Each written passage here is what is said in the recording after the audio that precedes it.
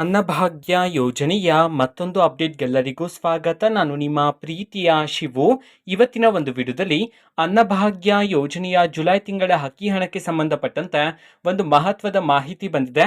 ಅದರ ಬಗ್ಗೆ ನಾವು ಈ ವಿಡಿಯೋದಲ್ಲಿ ಡೀಟೇಲ್ ಆಗಿ ಡಿಸ್ಕಸ್ ಮಾಡ್ತಾ ಹೋಗೋಣ. ವಿಡಿಯೋನ ಸ್ಟಾರ್ಟ್ ಮಾಡ್ತೀನಿ. ಅದಕ್ಕಿಂತ ಮೊದಲು ನೀವಿನ್ನೂ ನಮ್ಮ ಚಾನೆಲನ್ನು ಸಬ್ಸ್ಕ್ರೈಬ್ ಮಾಡದೇ ಇದ್ರೆ ಈ ಕೂಡಲೇ ಸಬ್ಸ್ಕ್ರೈಬ್ ಮಾಡ್ಕೊಳ್ಳಿ ಮತ್ತು ಲೈಕ್ ಮಾಡಿ. ಈಗ ನಾವು ಮಾಹಿತಿಯನ್ನು ತಿಳ್ಕೊತಾ ಹೋಗೋಣ.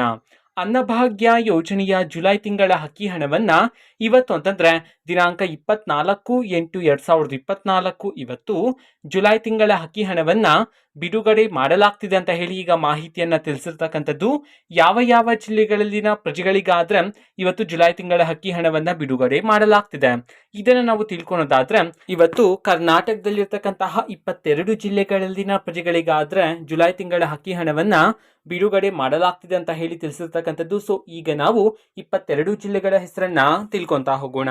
ಮೊದಲಿಗೆ ಧಾರವಾಡ, ಉತ್ತರ ಕನ್ನಡ, ಯಾದಗಿರಿ, ದಾವಣಗೆರೆ, ಉಡುಪಿ, ದಕ್ಷಿಣ ಕನ್ನಡ, ಶಿವಮೊಗ್ಗ, ರಾಮನಗರ, ಚಿಕ್ಕಮಗಳೂರು, ಚಿಕ್ಕಬಳ್ಳಾಪುರ, ರಾಯಚೂರು, ಮಂಡ್ಯ, ಚಾಮರಾಜನಗರ, ಮೈಸೂರು, ಕೊಪ್ಪಳ, ಬೆಳಗಾವಿ, ಬಾಗಲಕೋಟೆ, ಬೆಂಗಳೂರು ನಗರ, ಬೆಂಗಳೂರು ಗ್ರಾಮಾಂತರ, ಕೊಡಗು, ಕೋಲಾರ, ಹಾವೇರಿ.